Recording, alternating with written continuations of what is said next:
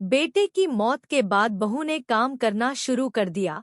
वो रात भर घर से बाहर रहता है और कहता है कि उसे रात की ही ड्यूटी मिली है, जल्दी ही तंग आ जाएगा। लेकिन मैं हर महीने 70,000 रुपए लेट हो जाता हूँ। मुझे हैरानी हुई कि वो अनपढ़ थी और फिर ऐसी ऐसी कौन सी नौकरी है जिसमें इतने पैसे मिलते हैं। वैसे वो घर से फटे कपड़े लेकर आई थी और जिसके पास 4 लेन रोड थी। मुझे उस पर शक हुआ तो मैं बहू की खूबसूरती देखकर उसके पीछे पीछे वहां चली गई और मैं चौंक गई क्योंकि वहां इकलौता बेटा था जिसकी शादी मैंने बड़े धूमधाम से की थी। पति की शादी के बाद दिन रात मेहनत करके पटाया लिखवाया था ताकि जब मैं पूरी हो जाऊं तो तुम ही मेरा सहारा बनो। लेकिन किस्मत को कुछ और ही मंजूर था। उसका नाम मेरे लिए कुछ ऐसा हो सकता था। एक दिन अचानक बिजली गिरने से मेरे बेटे की हालत बहुत खराब हो गई। 3 दिन अस्पताल में रहने के बावजूद मेरे बेटे की मौत हो गई। मेरे लिए यह सदमा था। क्या यह मेरे लिए सदमा नहीं था? और ऐसा हो भी कैसे नहीं सकता था? वह मेरा इकलौता बेटा था और मेरे जीवन का सहारा था, जिसके सहारे मैं जिंदा थी। मेरे बचने की उम्मीद थी। उसे देखकर मुझे सुकून मिलता था। उसकी रोशनी मेरी आंखों में ठंडक पहुंचाती थी, मानो उसने ही मेरी जिंदगी में जान फूंकी हो।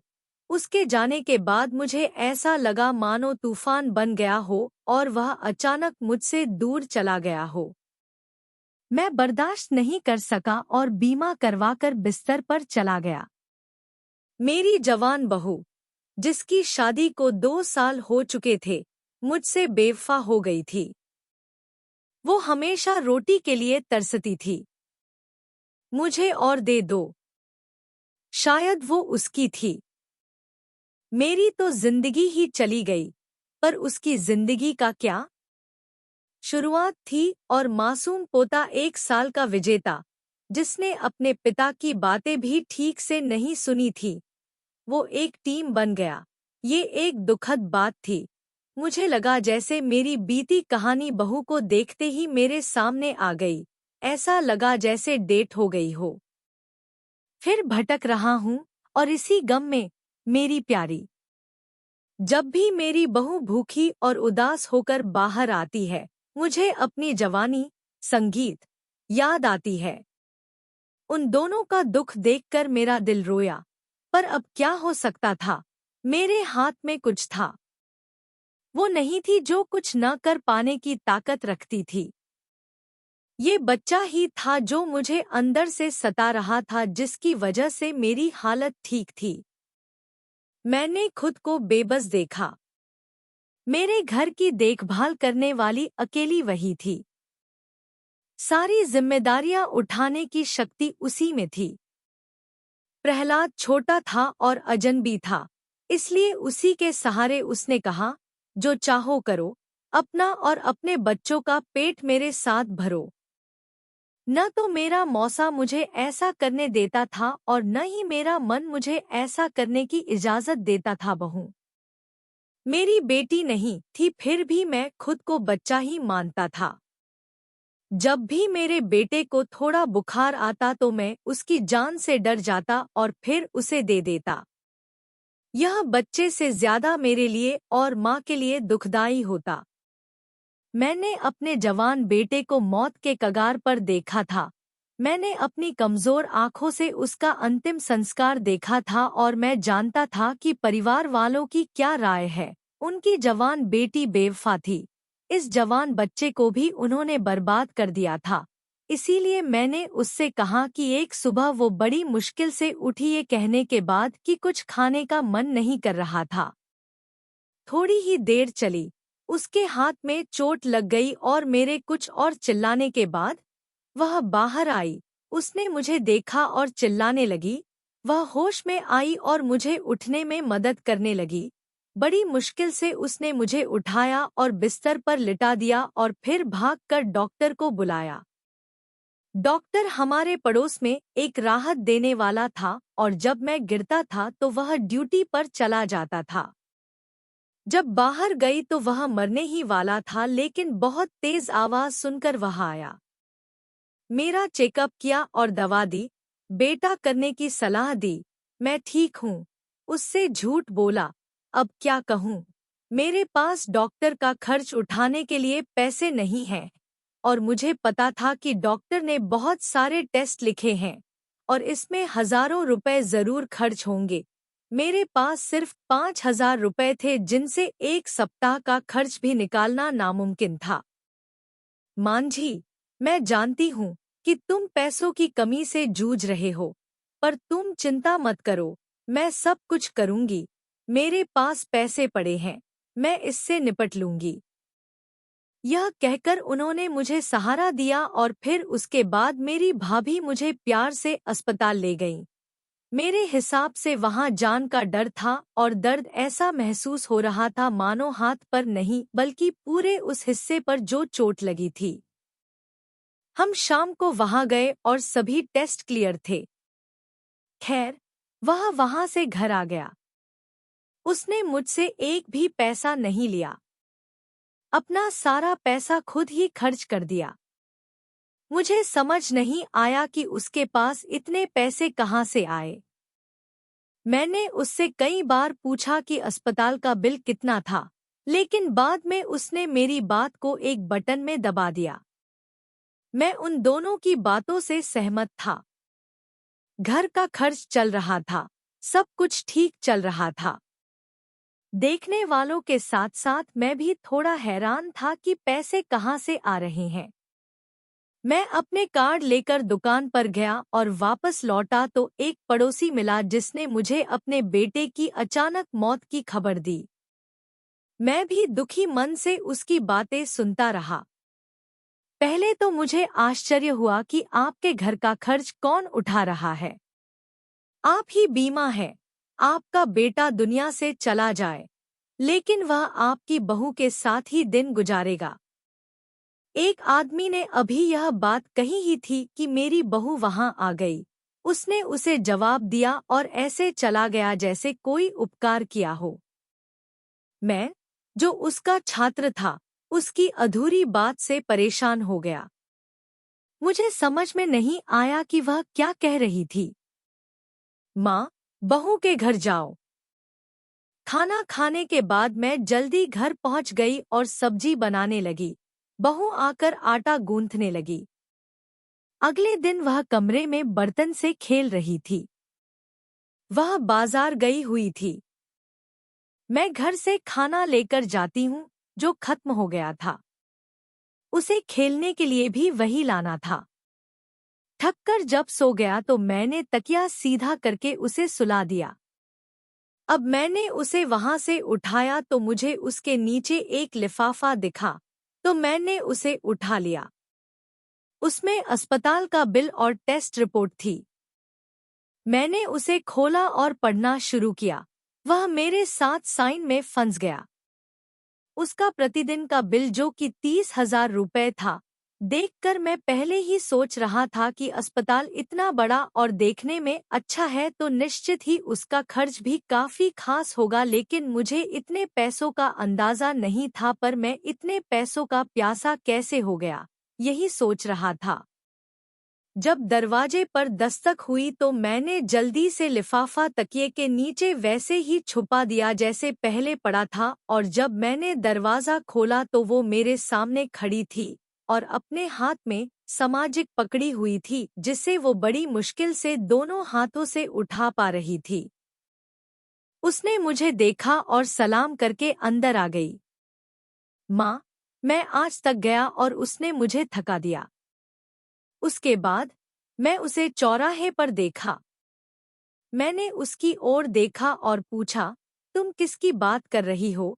वह मेरे सवाल पर पीली पड़ गई और जल्दी से बोली, समाज। मैं पड़ोस की शबन के साथ खरीदारी करने गया था, इसलिए उसने मुझे बाजार घुमाकर थका दिया। लेकिन शबनम अपनी मौत के बाद मेरे पास आई थी और बहुत डर के मारे मेरे पास बैठी रही। फिर मैं उसके साथ कैसे जा सकता था? लेकिन मैं चुप रहा। मेरी आंखों में जरूर कुछ दिख रहा था। और पानी, पड़ोसी की उस दिन की अधूरी बात और आज बहू के बारे में बात करना, बातचीत को धुंधला करना, मुझे परेशानी में डाल दिया है। मैंने कुछ और सोचा होता। तभी बहू ने फोन किया तो मैं उसके पास वापस आ गया। वो मेरी तरफ देखने लगी। माँ, मैंने नौकरी करने का फैसला कर लिया है और मुझे कैसे जाना चाहिए। मैंने उसकी बातों से सहमति जताई, दिलचस्पी से देख रही थी। बेटी, तुम ये नहीं करोगी। मैंने उसकी बात से सहमति जताई, लेकिन वो मेरी बात से सहमत नहीं हुई और अपने फैसले पर अड़ी रही। अगले दिन सुबह जब मैं सुबह उठकर सोचा कि आज से बहू नीचे पद पर जाएगी, इसलिए नाश्ता बनाया। जो भी हो, अगर मैं उसके कहे अनुसार काम करूंगी तो उसके लिए मैं सहज हूँ, इसलिए बनाने की शक्ति थी। इसलिए सोचा कि आज से पूरे घर का ख्याल रखूंगी। मैं खुद ही कर लूंगा ताकि उसे कोई परेशानी न हो। रसोई में देखते हुए वह पूछने लगी, माँ, तुमने नाश्ता क्यों बनाया? मैं बना सकती थी। मैंने उसके सवाल पर मुस्कुराया और कहा कि अगर तुम्हें इतनी परेशानी है तो तुम्हें जब जाना है तब जाना है। तो वह हंसने लगी। नहीं, मुझे रात को सोना नहीं है। मैंने आश्चर्य से उसकी तरफ देखा और पूछा कि उसे रात को क्यों जाना है। मैंने उससे पूछा तो उसने कहा कि रात की ड्यूटी है, इसलिए उसने बड़े आराम से कहा था कि रात की ड्यूटी है। लेकिन मैं यह सुनकर चुप हो गया था। छोटा बच्चा। मैंने उससे पूछा कि क्या वह अपनी माँ के बिना पूरी रात ऐसे ही रहेगी, लेकिन जवाब सुनकर उसने फोन काट दिया। वो नाश्ते के लिए बाहर चली गई और मुझे भी साथ चलने को कहा। मैं परेशान था। मैं समझ नहीं पा रहा था कि मैं अनपढ़ होकर रात में क्या ड्यूटी करूंगा। संगीत। और वो खाना बनाने लगी। बच्चे को दूध दिया और मुझे पढ़ा दिया। कहाँ अभी खेलने दो। अगर खेलने से डरता है तो रात को नहीं खेलेगा। मैं चुपचाप पेट के बल लेट गया। उसे अपने पास बिठाया। मैं कहता रहा, अल्लाह हाफिज, मुझे अपना दिल दे दो। मैं उसे अपनी जान से मार देना चाहता था, ऐसे ही स्वीकार कर लूं, पर मैं ऐसा कर नहीं पाया। वो रात को चली गई। घर से मेरे दिवंगत बेटे की इज्जत कमाने गई थी। मेरा दिल रो रहा था कि अगर मेरा बेटा जिंदा होता तो ये नौबत कभी नहीं आती। मन में आया कि मेरी बहू को नहीं जाना चाहिए था, पर पहले मैंने सच्चे दिल से भगवान से शिकायत की थी कि अगर मेरा बेटा होता तो भी इतनी बेबस नहीं होती। जैसे तैसे रात बीतती गई। मुझे नींद आ गई, पर 12 बजे मुझे न तो नींद आ रही थी और न ही चैन मिल रहा था। जैसे जैसे रात नजदीक आ रही थी, मेरी नींद खुल गई। लगा कि उसे भूख लगी है, पर दूध पिलाने के बावजूद मैंने उसे रुलाया। उसे इस तरह रोता देख मुझे भी रोने का मन हुआ। माँ का अक्षय ही काफी है अपने बच्चों के लिए। संगीत। वो उसकी दादी थी। मैं बहुत प्यार करता था, मगरम फिर भी माँ होने के नाते मैं समझ नहीं पा रही थी कि ऐसा क्या करूँ कि वो फिर से सोचे। लाख कोशिशों के बावजूद भी वो इसे छुपा नहीं पा रहा था। मैं फंस गया था। अब कोई रास्ता नहीं था। मैंने कल अपनी बहू को बताया और उसने कल मुझे नहीं बताया। दिल को संभाला। दिल परेशानी में डूबने लगा। बहुत कोशिश और डर के बाद कोटक ने खुद को हिलाया और सो गया। सुबह होते ही मेरी नजर दरवाजे पर पड़ी। 7 बजे सूरज की रोशनी जमीन पर पड़ रही थी। उसे घर वापस आते देख मेरी सांसें रुक सी गई, जैसे किसी ने मुझे बेस से आजाद कर दिया हो। आने की खुशी में मैं उसकी हालत देख भी नहीं सकता था। उसका चेहरा उदास था। मैंने ही उसे मार डाला होगा। संगीत। इसीलिए मैं युद्ध से थक चुका था। मैंने खुद से कहा, तो जैन। हम शाम को फ्रेश हुए और मेरे पास आए। अब वो बातें करने लगे। मैंने कम मांगा, पर वो लय में आ गई और बस बोली, थोड़ा मुश्किल है, कम है, मैं अभी ज्यादा मांगना उचित नहीं समझती और वो यहाँ वहाँ बातें करने लगे। उसे तो रोज जाना ही था। मैंने शक्ति से पूछा कि क्या आज कोई ड्यूटी नहीं है। बोली नहीं, बस हम दोनों का मामला है, फिर ड्यूटी पर ही सब कुछ हावी हो जाएगा। मैं भी चुप हो गई। इसके लिए भी क्या ताकत थी। मेरी तबीयत खराब थी। न कुछ करने की ताकत थी, न कुछ खाने का हक था। मैं चुप रहने लगा और मेरे पास चुप रहने के अलावा कोई चारा नहीं था। एक सुबह मैं अपनी बहू का इंतजार कर रहा था। 7:30 बज चुके थे पर वो अभी तक नहीं आई थी। मेरे दिल में अजीब अजीब सवाल उठ रहे थे। करीब 9 बजे मैं घर वापस आया और सीधा कमरे में चला गया। मैं उसके लिए पानी लेकर आया पर मेरी नज़र उसके कपड़ों पर थी। मेरा हाथ गिलास से टकराया और गिलास गिर गया। मेरा हाथ मेरे चेहरे पर था। मुझे उल्टी सी होने लगी। ऐसा लगा जैसे मेरी दुनिया ही अस्त व्यस्त हो गई हो। उसे देखकर उसे खुजली होने लगी। आखिरकार वो पीछे मुड़ा। मुझे देखकर उसके होश उड़ गए। उसका रंग बिल्कुल सफेद हो गया था। उसने जल्दी से अपना दुपट्टा फैलाया और खुद को ढकने की नाकाम कोशिश की पर अब क्या फायदा। अब मैंने उसे देख लिया था। उसकी होली देखकर मेरे होश उड़ गए थे। जिंदगी का कौन सा चेहरा था वो।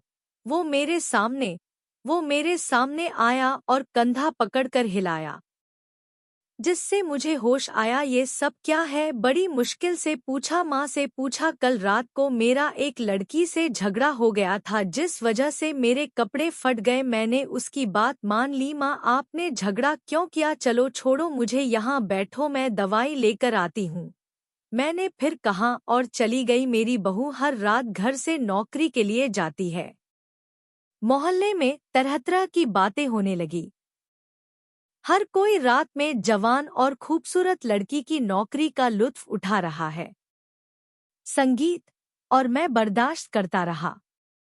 दरवाजे पर खड़ी सब्जी चुन रही थी। जब मैंने बगल में लिखे शब्दों पर नजर डाली तो बोले, आजकल कहाँ रहते हो? ध्यान ही नहीं दिया। मैं उसके सवाल का मतलब तो जानता था पर उसमें जवाब देने की ताकत नहीं थी, वरना मेरे किसी गलत जवाब से स्थिति और भी खराब हो सकती थी। इसलिए मैंने उसकी बातों को बर्दाश्त किया और उसे जवाब देने लगा। मैं कहाँ रहता हूँ? तुम ही बताओ। म्यूजिक बज रहा था और फिर जो भी मुंह में आया मैं बोलता गया।